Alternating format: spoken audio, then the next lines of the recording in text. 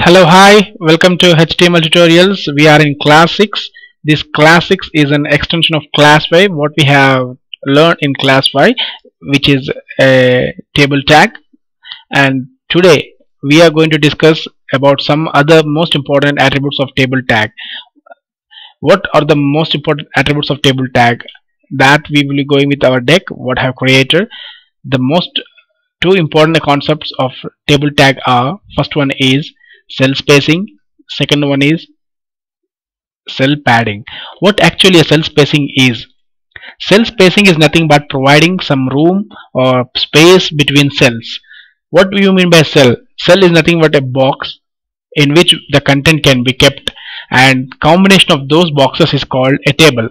So what actually a cell padding is? Cell padding is nothing but providing some space or room between the cells and its content, but not the room between the cells.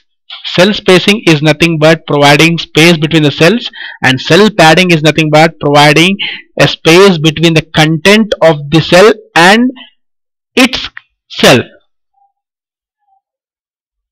So if we have a look at the graphical interface, cell spacing, what actually this is a normal table without any cell spacing.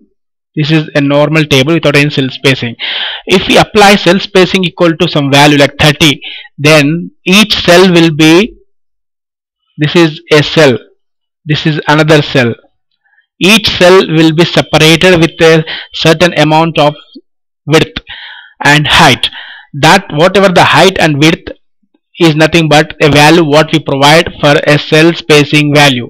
That value, depending on that value, each and every cell in the table will be separated in this way. Now see, it has been separated through height wise and also through width wise. This is called cell spacing. Separating the cells with another cell is called cell spacing. Then what do you mean by cell padding? Cell padding, this is the normal table. If we apply cell padding with some value, let us consider it as a 30, then it will be look like this. See, this is the content. Actually S number is in a content, name is the content of the cell. That content and the cell will be separated with the value what we provided. That value is called cell padding value. Now here see, this is the 1, and the 1 in the normal it will be in this way. If we apply cell padding, then this value Anil will be separated with the cell with some amount of space. So this is called cell padding. I hope you understand what you mean by cell spacing and cell padding. So we will look at it in our program view.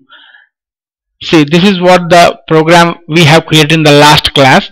If we go with the code wise, this is the code.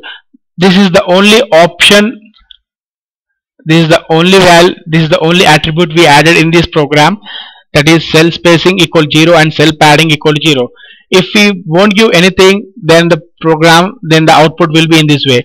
If I apply anything, like if this is the same program, if you apply cell spacing equal to 30, and if I save this and we'll check out what would be the output for this one. I am refreshing it. See, I have applied cell spacing equal to 30, and then the cells are separated with the value of 30. If I remove this one 30, and if I apply cell padding equal 30, and if I save this one and if I refresh it, then this is called cell padding.